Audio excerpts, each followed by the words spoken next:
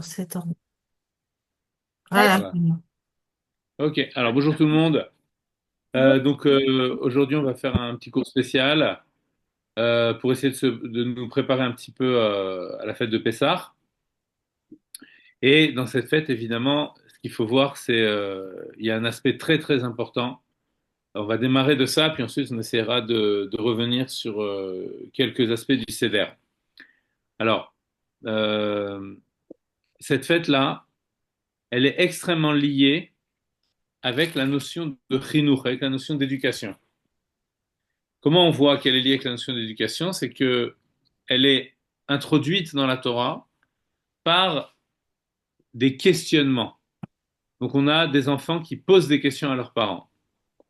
Et c'est sur on va dire, sur cette thématique du questionnement qui est construit tout le Seder.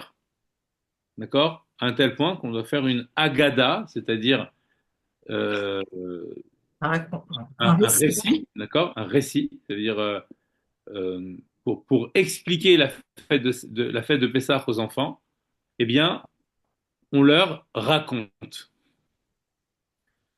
Alors, pourquoi c'est important déjà par rapport à cette notion de chinour? Le problème qu'on a dans la transmission d'une génération à l'autre, c'est qu'en fait, la génération N plus 1, ou G plus 1, on pourrait dire, elle s'appuie sur la génération G, la génération première. Et finalement, le vécu de la génération première, il ne va pas forcément justifier la pratique de la génération suivante. Et ça, c'est un gros problème, parce que la génération suivante, elle peut toujours dire, mais attends, ce que vous avez vécu, vous, ça vous concerne à vous, mais nous, c'est pas notre vécu. Donc comment on peut transmettre un vécu personnel à une génération qui n'a pas vécu cette chose-là? Dans nos générations, c'est encore plus parlant. En France, il y a une, et ça continue encore, Baruch Hashem, mais il y a eu énormément de tchouva en Israël aussi. Il y a maintenant une vague de tchouva très importante. Mais en fait, la génération qui revient vers Hachem, eh bien, elle vit quelque chose de très fort, une remise en question, une crise existentielle euh, qui l'a amené à s'interroger sur ses propres fondements. Mais la génération d'après, elle peut tout à fait dire, bah, c'était votre problème à vous. C'est vous qui avez eu cette crise-là. Mais mes enfants, ils peuvent me dire, bah, c'est bien, toi, tu as eu ta tchouva, mais moi, laisse-moi faire ma vie. Et de fait, ça se produit énormément dans les milieux, même les milieux charédim, les milieux religieux, peu importe toutes tendances confondues. Il y a énormément de jeunes qui disent à leurs parents, bah, moi, ça m'intéresse plus. Ou qui vont devenir peut-être un peu plus light, vous voyez, un peu plus cool par rapport à certaines choses que la génération d'avant. Bon, ce qui veut dire que est-ce que c'est légitime? Est-ce que c'est légitime?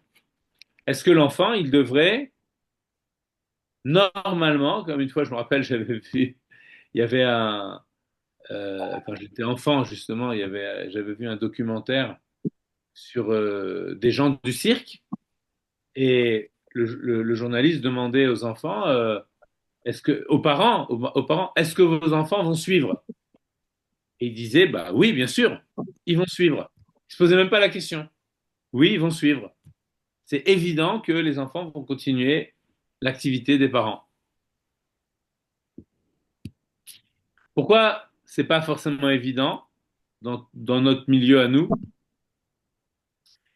Ben, parce que chacun a le désir de vivre sa propre vie. Chacun veut vivre vraiment avec ses expériences personnelles. Mais le problème, c'est que dans le cirque, si les enfants veulent ne pas suivre, bon, alors ça va peut-être leur faire des histoires avec leurs parents. Mais à la limite, on va dire, qu'est-ce que ça engage? Vous voyez? Bon, une activité qui risquerait de se perdre alors qu'il y a une tradition peut-être centenaire. Mais quand on parle du judaïsme, c'est pas du cirque. On est en train de parler de quelque chose d'existentiel. On est en train de dire que l'expérience des parents, c'est une expérience qui modifie radicalement le cours de l'existence. Et même par rapport aux générations à venir. Enfin, si on remonte à Abraham, on n'imagine pas que, que Yitzhak ne suive pas Abraham. Pourquoi? Ben parce qu'en fait, l'expérience d'Abraham, Yitzhak en fait sienne. Il l'a fait sienne, cette expérience-là. Sauf que là, vous pourrez me dire, très bien, alors ça veut dire qu'il ne vit pas vraiment sa vie. Il est en train de revivre la vie de son père. Donc, ce n'est pas quelque chose vraiment de personnel. Erreur. Grave erreur. Parce que l'expérience d'Abraham, bien entendu qu'elle est transmise à Yitzhak, mais on avait vu dans le fameux shiur, rappelez-vous, dans le shiur où on avait parlé de l'expérience d'Abraham qui était sorti du cosmos. Hachem l'a sorti du cosmos, il voit les étoiles de haut. On avait expliqué que ça voulait dire qu'il avait vécu le divin d'une façon intime. On avait fait tout un shiur sur ça. Alors, cette expérience-là, elle se transmet génétiquement.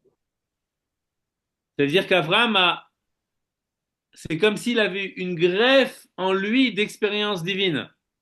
Quelque chose qui maintenant fait partie intégrante de son ADN spirituel. À un tel point que ça se transmet dans son ADN physique. Et que son enfant vit la même expérience que lui. Sauf que Yitzhak, c'est pas Abraham. D'ailleurs, Yitzhak est caractérisé par la mida de Gvura, de rigueur, alors qu'Yitzhak est caractérisé par la mida de Chesed. Donc, c'est pas la même personne, en fait. Et Yitzhak, il n'a pas un trouble de l'identité en s'identifiant à son père, comme la succession des tzadikim, chez les Rebbeim, par exemple. Bien sûr qu'une fois, le rabbi l'a dit sur le rabbi Rayatz, Nishmato bi, son âme, elle est en moi. D'accord? Mais c'est lui. Et l'approche qu'il a, elle diffère, même si elle intègre l'approche de son prédécesseur. Elle diffère parce que maintenant, il ajoute sa touche personnelle.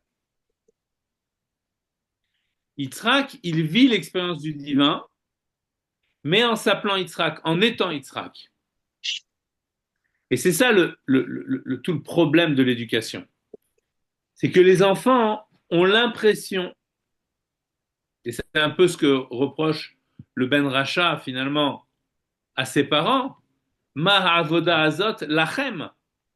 Quel est ce travail pour vous? Alors, ça veut dire finalement, qu'est-ce qu'il reproche? Il reproche que vous, vous avez vécu quelque chose, mais moi, je ne l'ai pas forcément vécu. Et d'ailleurs, on lui dit, fais grincer ses dents, embête-le. Comme tu dis lachem, tu t'es exclu de la communauté. Eh bien, sache que si tu avais été là-bas, tu n'aurais pas été délivré. Et le rabbi il souligne un point qui est vraiment fondamental. Et il dit en réalité, quand on lui dit, si tu avais été là-bas, tu n'aurais pas été délivré, ça veut dire que maintenant que tu n'es pas là-bas et que tu as été délivré et que tu es ici, alors même si tu te comportes comme si tu avais été là-bas, eh bien ici, tu seras quand même délivré. Pourquoi? Parce qu'en fait, on a compris son problème. Le rabbi parle aussi du cinquième fils. Le cinquième fils, c'est celui qui n'est pas à la table du Seder. Pourquoi il fait intervenir cette notion du cinquième fils?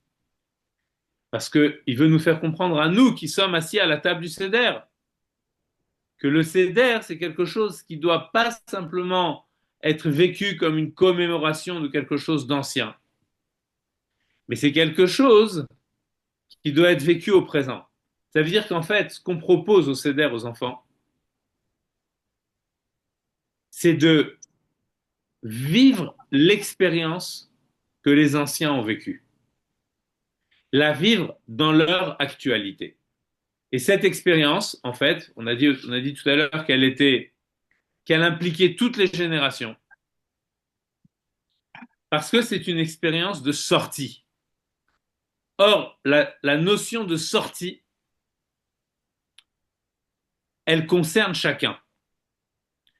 La sortie, c'est le fait de ne pas rester dans l'état dans lequel je suis. Ça, c'est une notion de sortie. Elle est illustrée au tout début par la première sortie d'Égypte. La première sortie, c'est la sortie d'Égypte. Donc la sortie d'Égypte, elle est la caractérisation la plus forte de toutes les notions de sortie. Parce qu'elle concerne chacun individuellement et l'ensemble aussi. Et en fait, on passe d'une vie de différentes familles qui sont comme ça réunies ensemble à l'intérieur de l'Égypte, à une vie d'une nation, quelque chose qui naît comme une nation. Donc en fait, la sortie, elle signifie une naissance, comme un enfant qui sort des entrailles de sa mère et qui naît. Donc ce qu'on propose à l'enfant, ce qu'on lui propose, c'est quoi? En réalité, ce que Dieu lui impose, puisque c'est une mitzvah. Mais l'injonction, qu'est-ce qu'elle a de fondamental? Parce que c'est une. En quoi elle est fondamentale, cette injonction? Parce que c'est une injonction à, à vivre le dépassement de l'état dans lequel je suis. Or, si on parle d'accomplissement personnel, l'accomplissement de l'homme juif en tant qu'homme juif, c'est-à-dire l'accomplissement de notre judéité, ne peut se faire que dans l'essence de cette judéité, c'est-à-dire dans une sortie de soi-même, dans un dépassement de soi-même. Rester figé dans ce que nous sommes, c'est quelque chose qui n'est pas fondamentalement juif. Le juif est figé dans le fait qu'il veut toujours se dépasser. Pourquoi on peut se dépasser? Je vais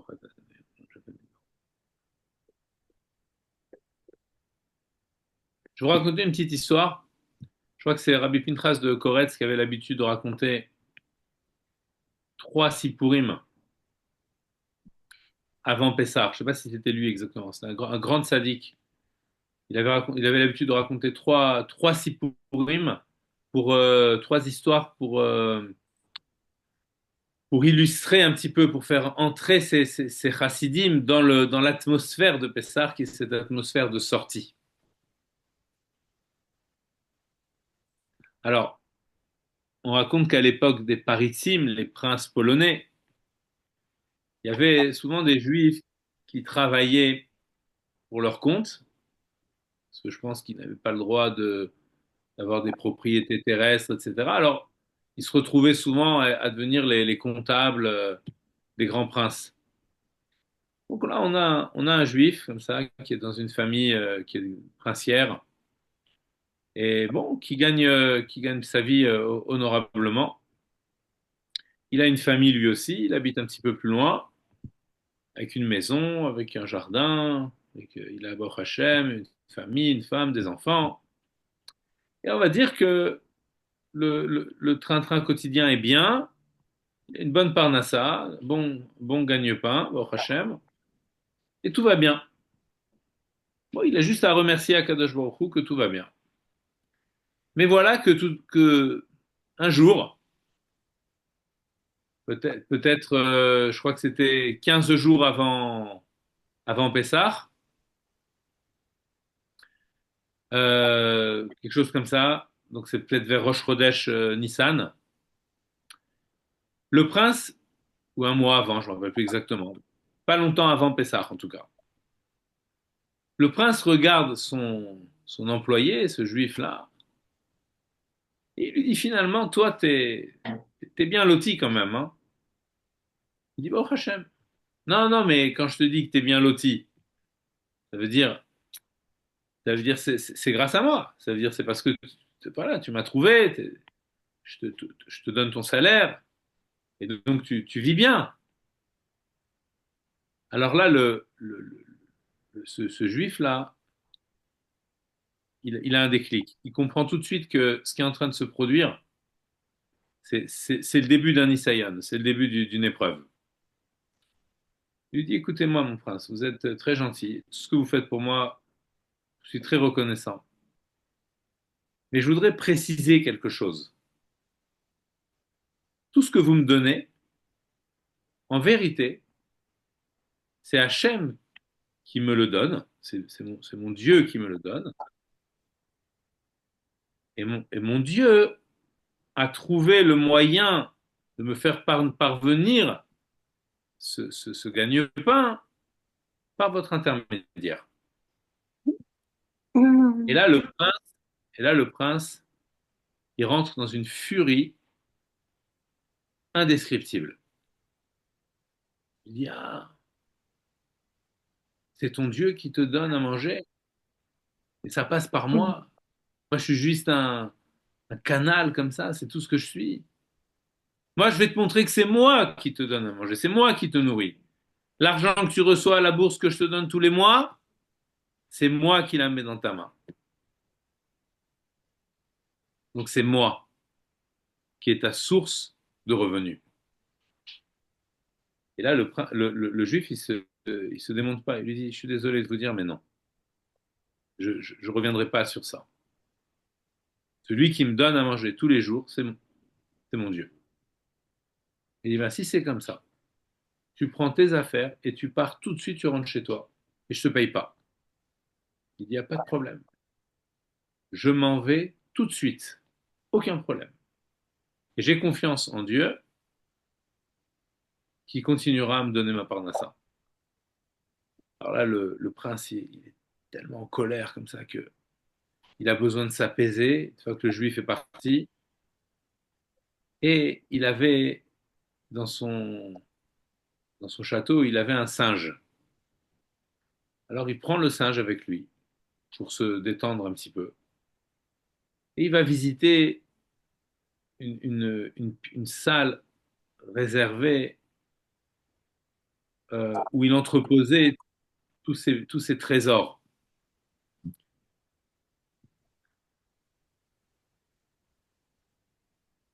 Il arrive dans cette salle, commence à regarder tous ces magnifiques trésors, tous ces bijoux, ces pierres précieuses. Il prend dans la main, comme ça, il regarde.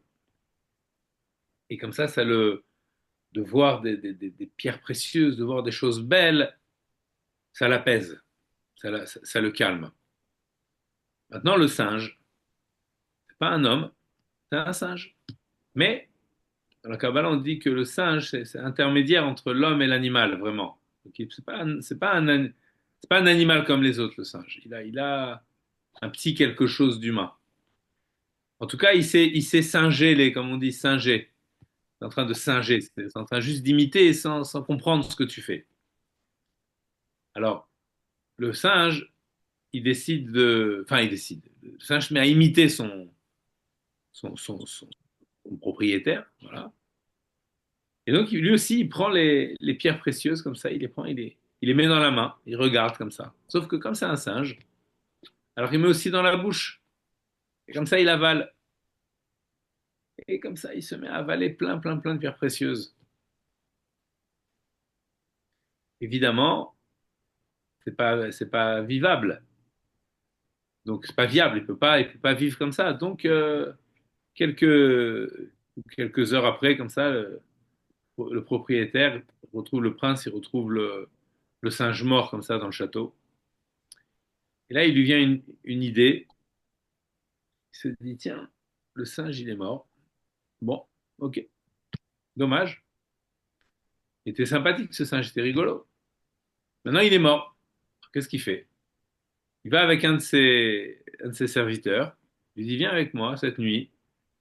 On va aller mettre le singe dans le jardin du juif qui travaillait avec moi, ou qui travaillait pour moi. Alors, ok, il se dit bon. Et le lendemain matin, donc il dépose le singe, et le lendemain matin, le, le juif, il sort dans son jardin, et il voit un singe mort. Et il voit qu'il y avait quelque chose qui brillait au niveau de son ventre ou sa cage thorax, je sais pas. Un endroit, il y avait quelque chose de brillant. Donc il s'approche et il se rend compte qu'il y a une pierre précieuse. Alors, il va dépecer le singe, il va l'ouvrir, puis il se rend compte que ça vient de son ventre. Alors, il ouvre le singe et il voit qu'il y a un véritable trésor qui était dans l'estomac du singe. Alors, il prend tout ça, il rince bien, tout ça, il montre à sa femme, il dit, regarde, regarde comment Akadosh Baruch Hu, il nous aime. On n'a plus de parnassa et Hachem, il nous envoie tout ce qu'on a besoin pour Pessah. Alors, les deux, ils remercient Akadosh Baruch Hu et ils vont acheter les matzot, la viande, le vin, les nouveaux vêtements pour sa femme, pour ses enfants. Et ils préparent le Seder Be'achava avec grande largesse. Le soir de Pessah, le prince est dans son château. Il se dit, je serais curieux de voir si le juif, il a quand même réussi à faire sa fête de Pessah. Parce que je sais que ça coûte quand même très cher de célébrer cette fête. Alors, il va à proximité de la maison. Il regarde un petit peu de façon indiscrète à travers de la fenêtre de la salle à manger. Et il voit des magnifiques chandeliers en or sur la table. Il voit une table dressée avec de beaux couverts. Il voit que toute la famille est habillée avec des vêtements très chers.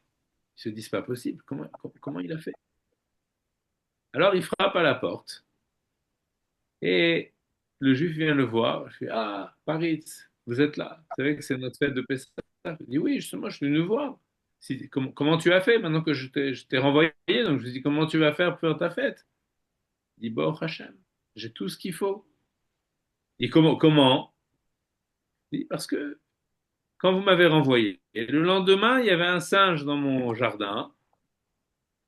Et dans ce singe-là, il y avait des diamants, des saphirs, des pierres précieuses. Alors il lui dit, tu sais, ce singe-là, c'est moi qui l'ai mis. Et je ne savais pas qu'il avait avalé tout ça, ce singe. Et c'est à toi. Maintenant, je reconnais qu'effectivement, c'est pas moi qui te donnais ta parnassa. C'est Akadosh Baruch Hu. C'est ton Dieu, comme tu dis. Alors cette histoire, elle est très très jolie.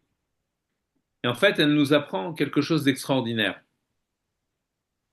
C'est que ce juif-là, il était comptable du prince. Mais en réalité, il s'est jamais identifié comme comptable du prince. Vous voyez, comme quelqu'un qui dit, qu'est-ce que tu fais? Il va dire, moi, je suis docteur, je suis dentiste, je suis expert comptable, je suis ceci, je suis cela. Mais si je dis je suis ceci, je suis cela, ça veut dire que je suis enfermé dans une identité. Concrètement, on le dit. L'idée, c'est de ne pas le penser. Vous voyez ce que je veux dire?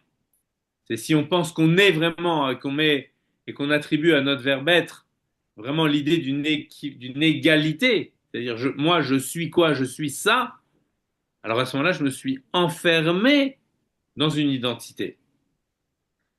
Mais le juif, il n'est pas enfermé, ce juif-là, avec le prince. Il n'est pas enfermé dans une identité. C'est pour ça qu'il n'a pas peur de partir. Aujourd'hui, je suis ton comptable, disons-le pour comprendre mieux. Aujourd'hui, j'exerce le métier de comptable à ton service, mais demain, je peux faire autre chose, parce que je ne suis pas ça. Là où je ne déroge pas, c'est que je suis lié à Dieu à chaque instant. Donc en fait, ça ne le dérange pas de se défaire du masque du comptable pour entrer dans le divin, un petit peu comme le rapport qu'il y a entre le mois de Hadar et le mois de Nissan. En Hadar, il y a les masques. En Nissan, il n'y a plus les masques. Déjà, en Hadar, on commence à enlever les masques. On essaye de voir ce qu'il y a derrière le masque. Mais le masque, c'est une fausse personnalité. Je suis jamais figé dans un état. Alors là, on a parlé de certains états, par exemple, l'état du métier, l'état de, même si ça impacte sur la personnalité.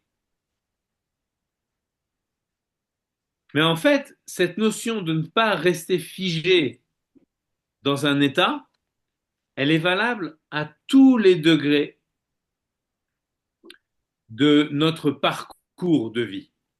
Que ce soit des degrés dans lesquels on a parlé de métier, donc dans des dimensions entre guillemets profanes, mais en réalité, c'est valable aussi dans la Gdusha, puisque la sainteté, elle aussi, elle a ses limites.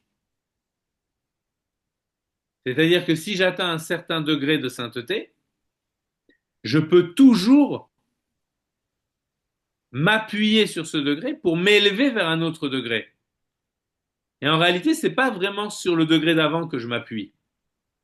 En réalité, je m'appuie, je me hisse à partir comme quelqu'un qui tirerait une corde. Vous voyez ce que je veux dire? La corde, elle est attachée en haut. En fait, c'est sûr qu'il s'attache à la corde. Mais la corde, elle est solide parce qu'elle est attachée à un point fixe en haut. Ce qui nous permet de nous élever, c'est parce qu'on a quelque chose en haut qui nous, qui nous, qui nous, qui nous montre qu'on n'est jamais parvenu à la perfection. Cette chose en haut, en haut, c'est une façon de parler. En fait, l'identité d'Hachem, elle est au-delà de toutes les identités. Donc quand moi je me fige dans une identité, par exemple, je peux dire, on va dire, pour pas vraiment parler d'identité, on peut dire, on peut parler de niveau, mais ce sera quand même une sorte de niveau identitaire, si vous voulez. C'est-à-dire, c'est mon être, le curseur de mon être. Tel jour, il est enfermé dans un certain état, le lendemain, il s'en libère. Mais quand il s'en libère, en fait, il atteint un nouveau degré. Il est à un nouveau niveau. Eh bien, ce niveau-là, je peux encore le dépasser parce que ce que je vise, c'est au-delà de toute notion de niveau et de toute notion d'enfermement. Donc c'est pour ça que je peux toujours aller plus loin. Un jour, il y a des étudiants qui sont rentrés en Yechidut chez le Rabbi, dans les années 50, 60, comme ça. Et il y a un étudiant qui a remarqué que sur le bureau du Rabbi, il y avait une gomme, il y avait un crayon avec une gomme au bout. Et donc, il a demandé au Rabbi, il a dit, si le Rabbi il est imprégné de la vérité, pourquoi il a besoin d'une gomme? Et le Rabbi lui a répondu une chose vraiment extraordinaire, vraiment, tous les jours, on peut se servir de cette leçon tellement elle est extraordinaire. Il dit, en réalité, chaque jour, Hachem nous envoie un nouvel éclair de pensée, une nouvelle chorma.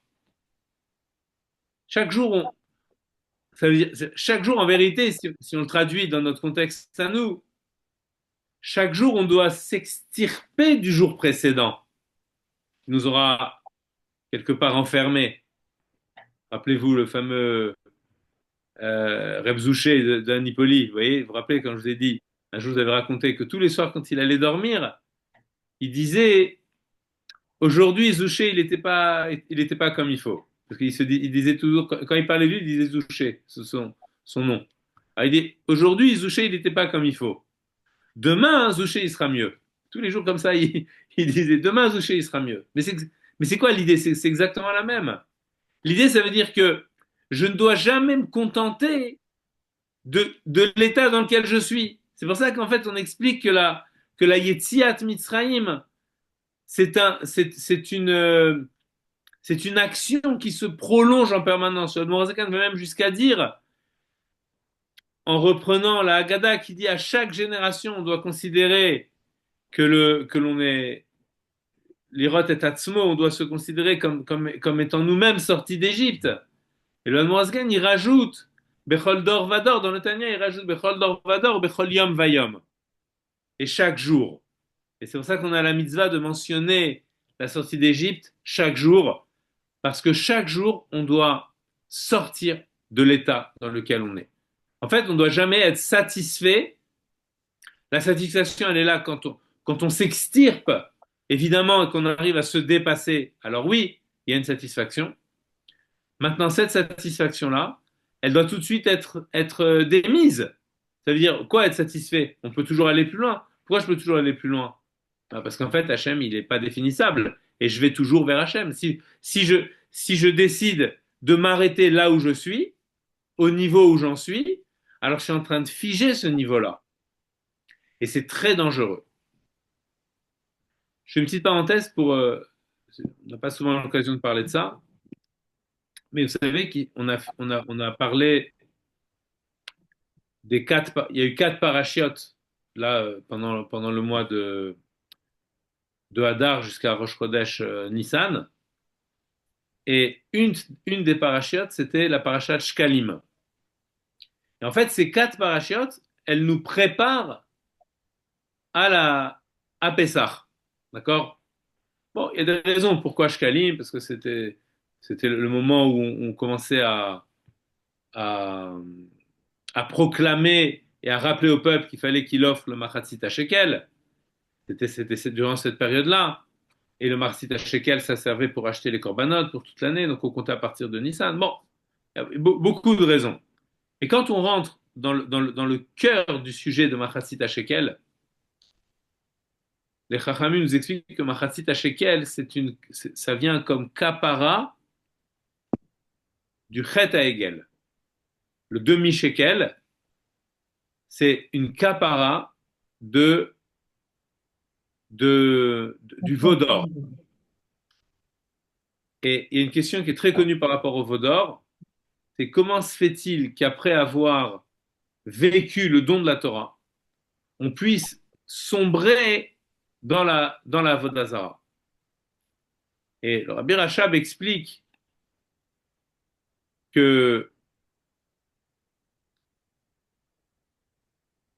en réalité, les bénis Israël à ce moment-là, évidemment, parce ils ont été aussi contaminés par le Erev Rav, ont voulu figer le niveau spirituel auquel ils en étaient arrivés. C'est très profond comme explication, je suis d'accord. C'est vraiment, quand j'ai lu la première fois, j'étais très étonné. Je dis, c'est quoi cette vision des choses? C'est tellement profond. Mais si on comprend bien, c'est absolument magnifique. On peut jamais rester figé. Dans la Kabbalah, il y a des niveaux spirituels, je ne vais pas expliquer ce que c'est maintenant, qu'on appelle les cercles et les traits. Les cercles, c'est comme une lumière qui transcende, et les traits, c'est une lumière de progression. C'est deux lumières, deux approches du divin. Et le Rézel, il nous dit, attention, faut pas regarder les cercles. Et qu'est-ce que ça signifie dans la Chassidoute? Ça signifie qu'en fait, le cercle, c'est un petit peu le niveau auquel je suis arrivé. Et le trait, c'est le niveau, si vous voulez, supérieur.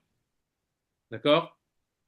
Comme dans les niveaux d'âme, on a Nefesh et Ruach. Vous voyez, il faut toujours aller du niveau le plus bas, et ensuite on s'extire du niveau le plus bas, et on monte.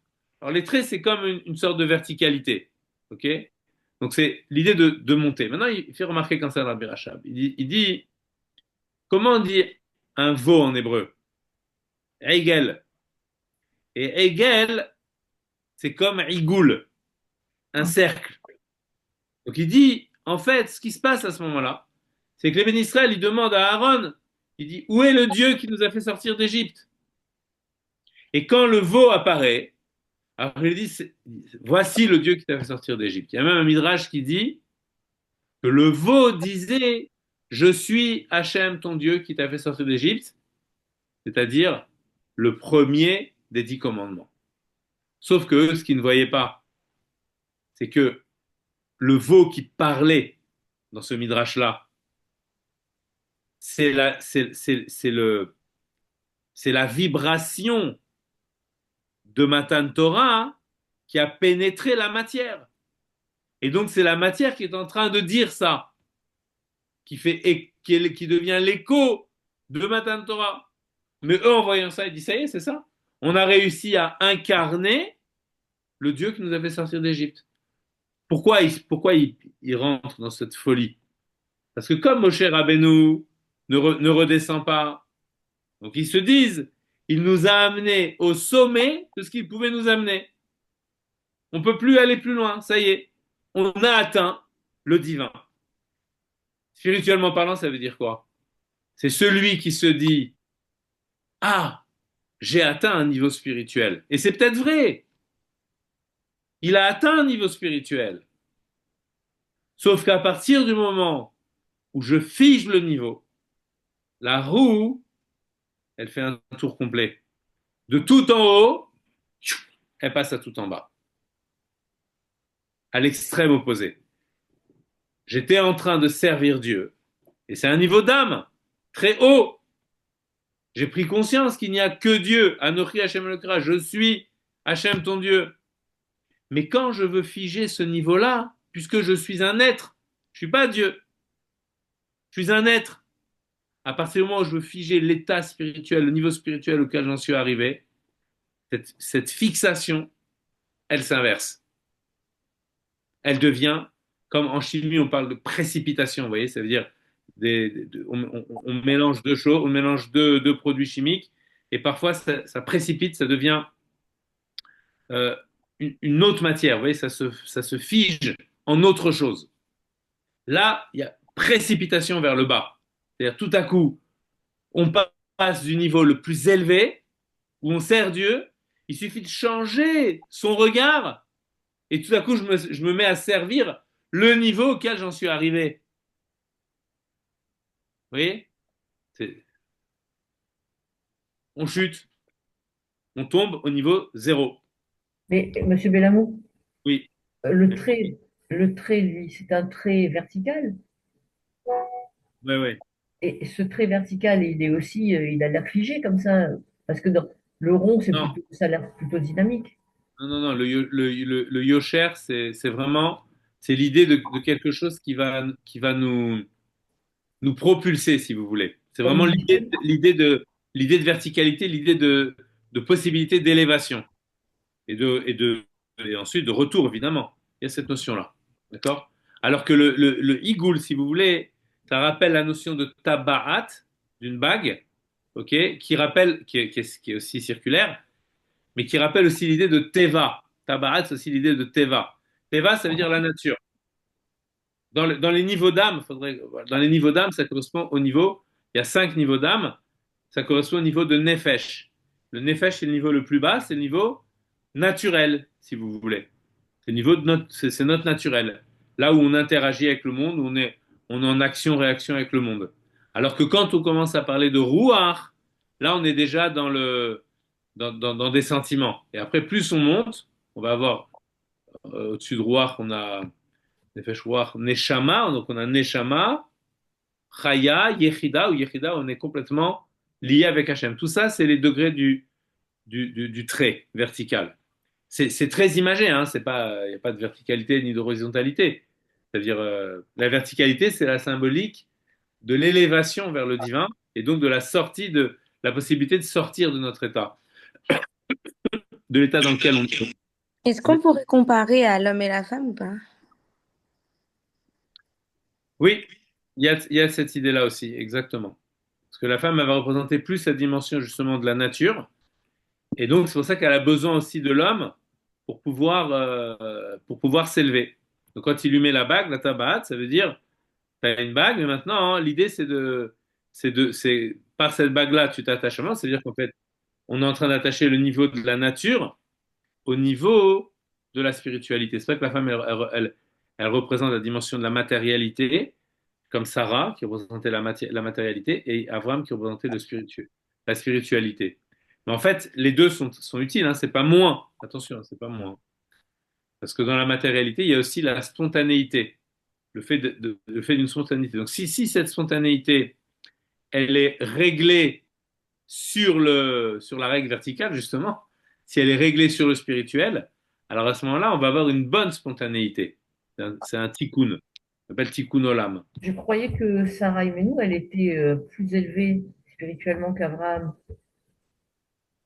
Alors, tu sais qu'on dit que quand Mashiach viendra, le corps nourrira l'âme. Pourquoi? Parce qu'en vérité, le shoresh du corps, la racine spirituelle du corps, est plus élevée que la racine spirituelle de l'âme. Il faudrait beaucoup de temps pour expliquer cette notion-là. Mais le corps, c'est vraiment un état de, voilà, c'est quelque chose qui est. Voilà. Maintenant, si cette chose qui est, par le biais de l'âme, elle se rend compte qu'elle provient de l'être même d'Hachem, entre guillemets, parce que Hachem, ça dépasse sa notion d'être, alors à ce moment-là, elle devient le révélant spontané, le révélant immédiat du divin.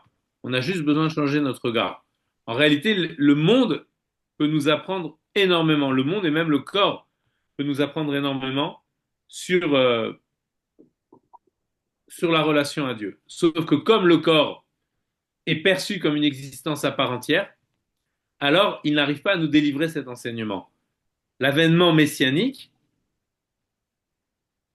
c'est justement un changement de regard par rapport à la notion de corporalité. Donc à ce moment-là, le corps, comme il révèle directement le divin par le fait de son être, le fait qu'il est un quelque chose, alors il révèle, entre guillemets, le quelque chose du divin. Alors les choses s'inversent, et donc le corps nourrit l'âme à ce moment-là. C'est la vision messianique. Et quelque part, Sarah, elle avait atteint ce niveau-là. C'est pour ça que Abraham, il devait être à l'écoute de Sarah.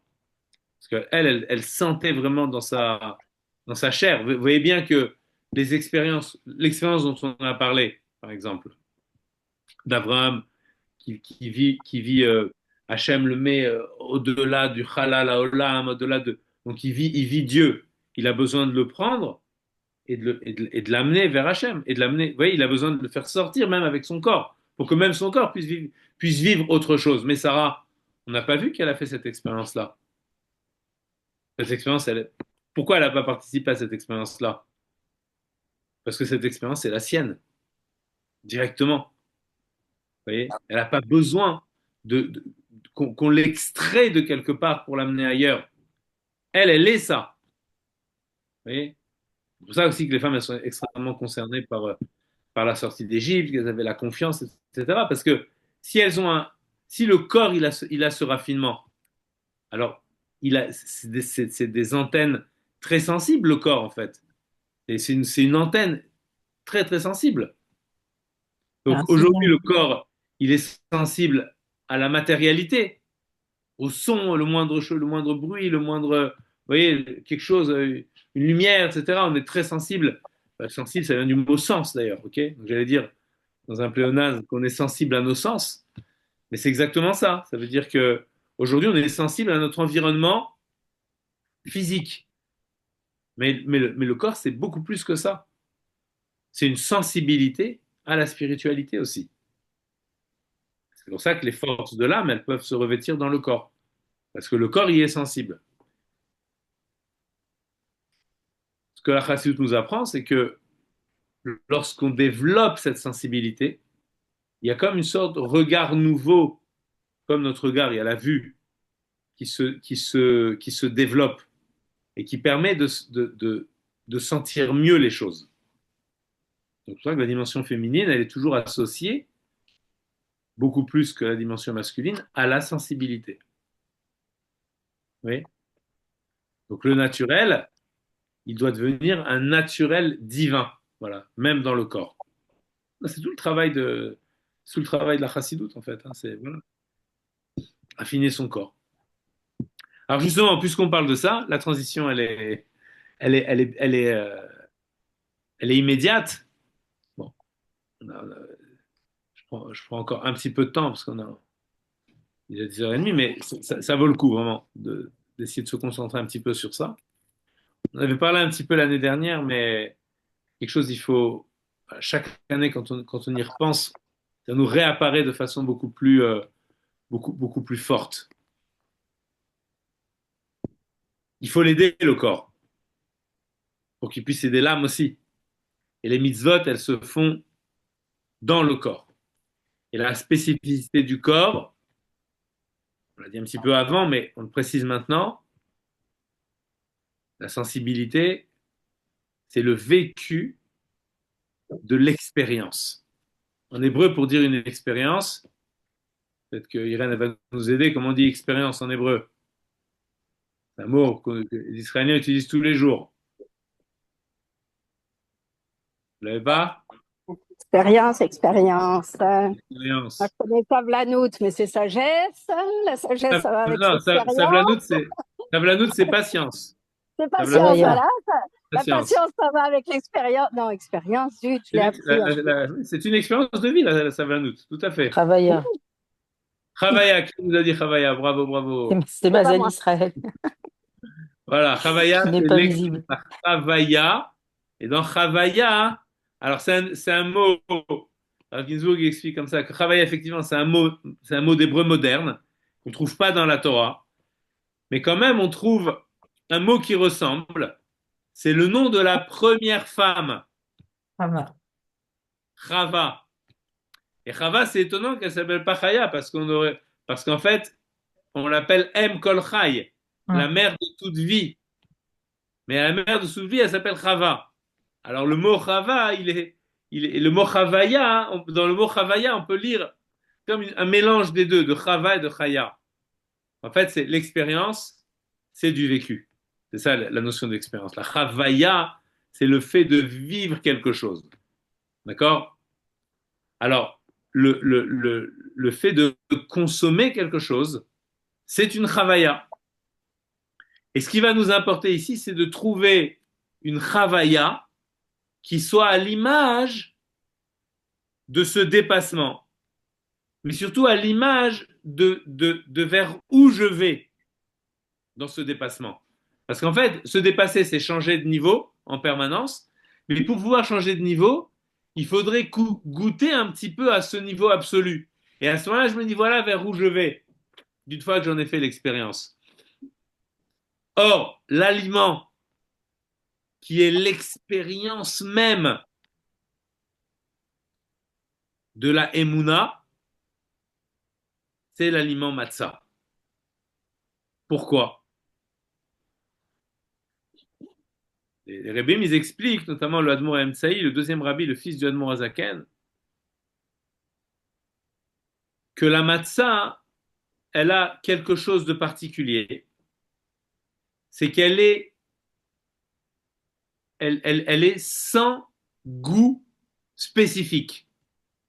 Même au niveau du pH, c'est pH neutre, pH 7, etc. Dans le Bordelais, par exemple, les œnologues, on peut acheter des matzot. Vous savez, quand on va dans les magasins du côté de Bordeaux, on rentre dans les petites épiceries, et vous avez, je l'ai vu de mes yeux, hein, vous avez des azimes.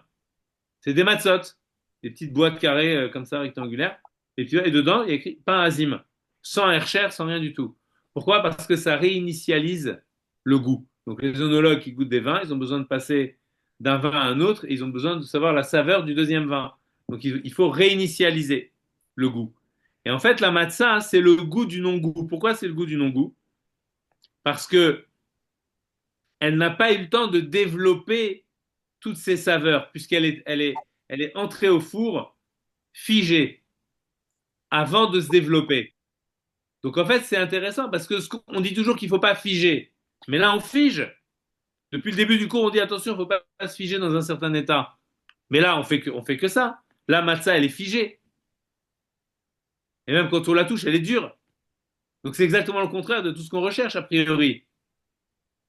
Sauf que ce qu'on a figé ici, c'est la non-fixation. C'est ça qu'on a figé. Vous voyez ce que je veux dire? On a figé le fait qu'il ne faut pas être figé. On a figé le fait qu'il ne faut pas être enfermé dans un goût. C'est comme la manne. La manne, elle peut avoir tous les goûts, ce qui veut dire que quel est le goût de la manne? Le non-goût. Mais dans le non-goût, vous avez deux sens. Vous avez ça n'a pas de goût, c'est fade, c'est pas bon, ça n'a pas de goût. Vous avez ça n'a pas de goût parce que c'est une intensité infinie de tous les goûts. Donc c'est au-delà de tous les goûts.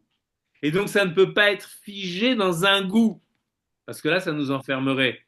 On retournerait en Égypte. Metzarim, Mitzraïm, c'est Metzarim. Metzar, ça veut dire une frontière, une délimitation. On serait encore dans un je suis ou dans un je suis celui, je suis ceci ou dans un je suis cela. Mais là, on touche au je suis d'Hachem. Je suis Hachem, ton Dieu, qui t'a fait sortir d'Égypte. En goûtant au non-goût de la matzah, puisque Hachem s'est associé à la matzah, puisqu'il nous a demandé de manger de la matzah pour sortir d'Égypte.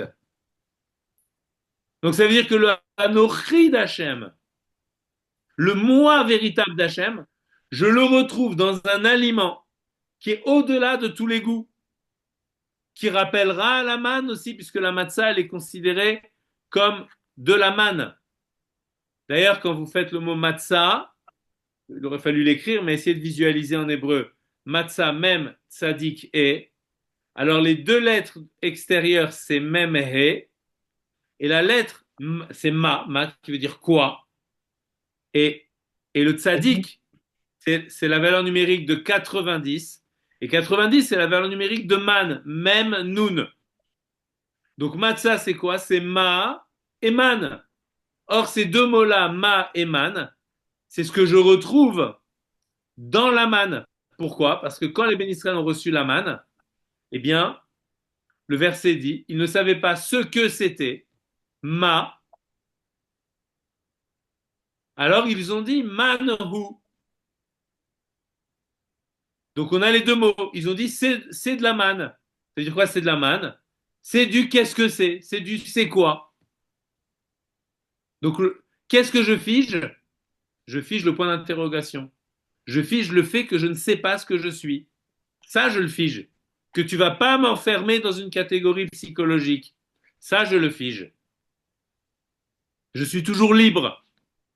Ça, je le fige. C'est pour ça que le peuple juif est appelé aussi dans le sens positif, le peuple à la nuque raide, psychorigide. Ah, mais psychorigide quoi? Je ne déroge pas au fait que tu ne peux pas m'enfermer, même dans des tunnels. Comme l'autre qui faisait Shema Israël dans les tunnels. Il est enfermé dans un tunnel, mais tu m'as pas enfermé. Même dans le tunnel, tu m'as pas enfermé. Parce que mon moi profond, c'est de la matzah.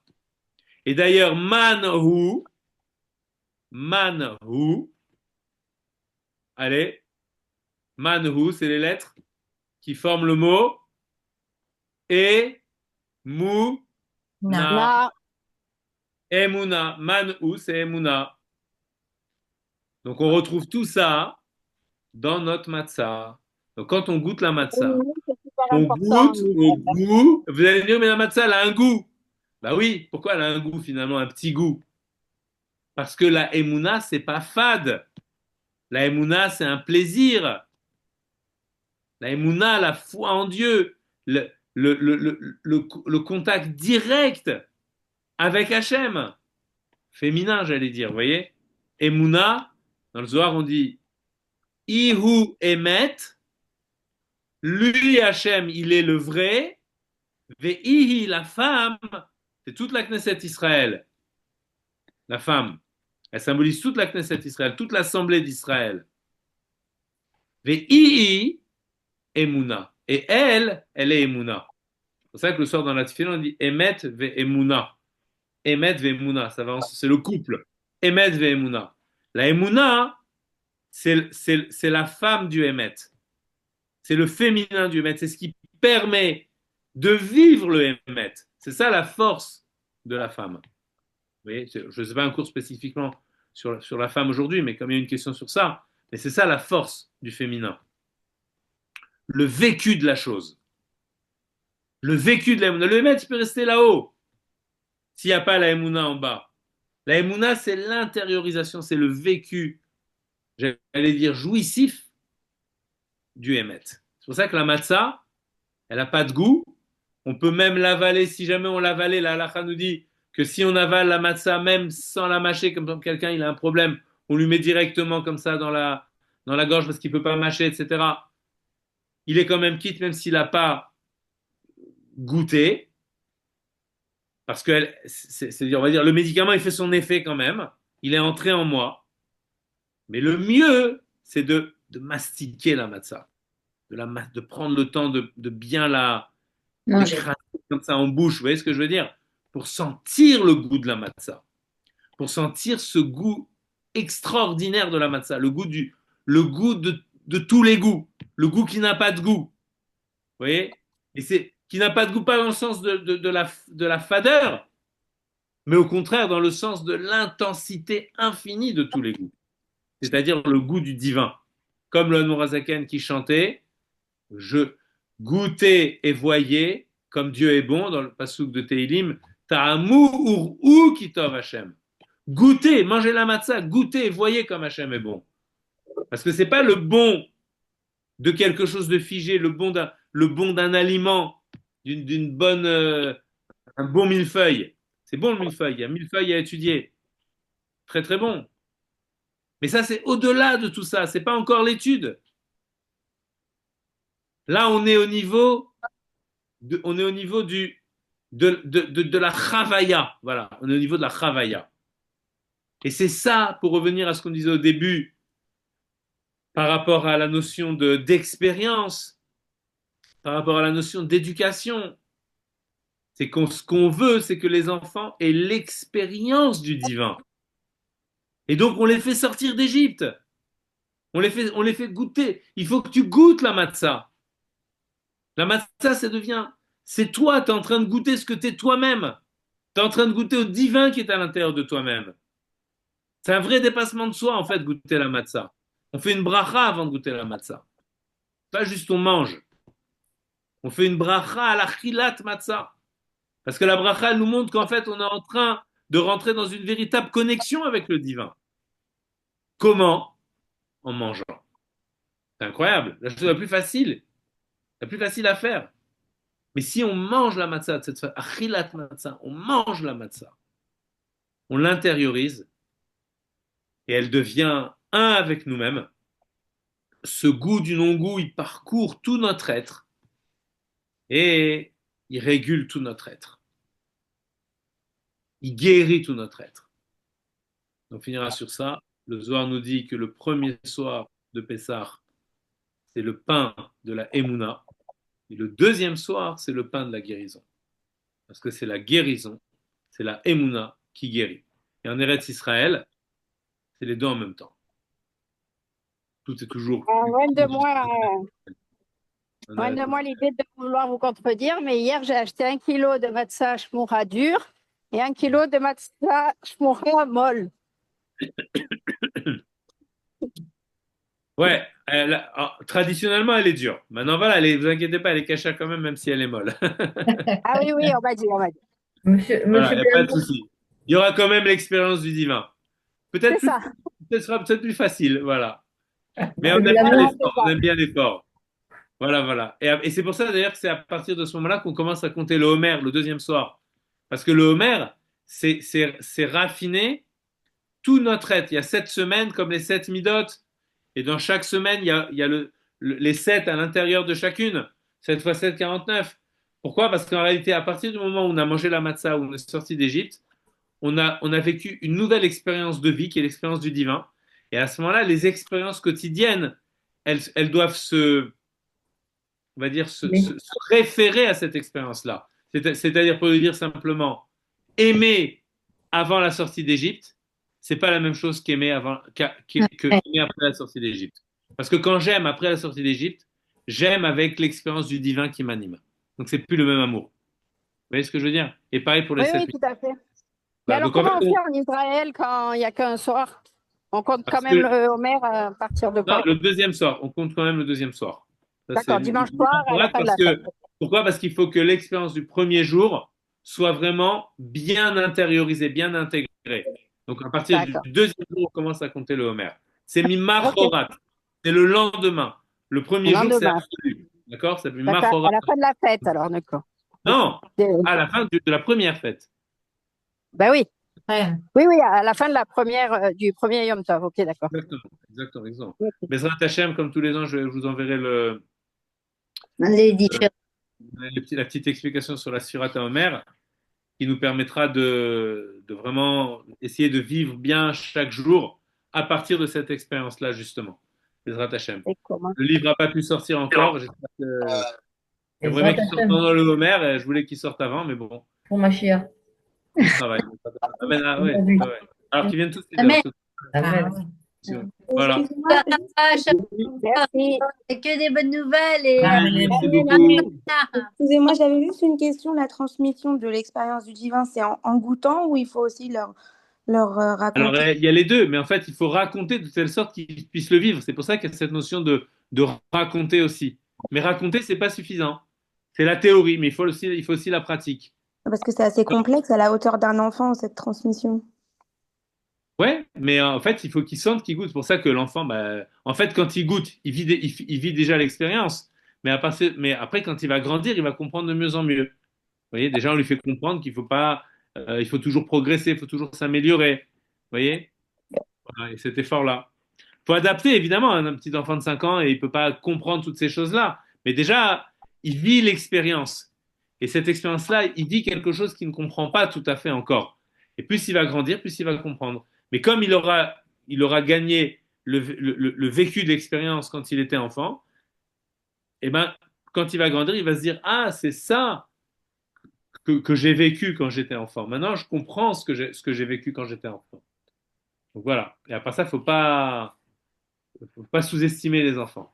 Ils se souviennent parfois de choses Ouais. qu'on explique qui sont peut-être un petit peu compliquées pour eux, mais il y a on va dire, quand ils grandissent, c'est des énigmes. Mais qu'est-ce qu'on m'avait dit? Qu'est-ce qu'on m'avait dit? Vous voyez? Voilà, donc ça construit sa personne. S'il entend des livrets Torah d'adultes à table, il va pas tout comprendre, mais ça fait partie de son expérience. Oui, Ouais. lui apprendre à aimer, quoi. Lui apprendre déjà à aimer. Lui apprendre à aimer exactement. Et Et puis aussi, ensuite, ça évoluera avec l'âge et tout. et quand il entend qu'il y a des choses qu'il ne comprend pas, eh bien en fait, même ces choses qu'on ne comprend pas, elles aident à affiner notre esprit parce qu'elles nous préparent à aller plus loin. Même Tout quand à on, fait. même quand des fois, il y a des gens qui viennent d'un cours, ils disent je comprends rien, et donc ils veulent plus revenir au cours. Et c'est une grave erreur parce qu'en réalité, même quand on ne comprend pas, ça prépare notre esprit à comprendre, si on est persévérant, bien entendu. Vous voyez? Tout à fait. Voilà. Allez. Pardon? Super. Ok. Très bien. Merci beaucoup.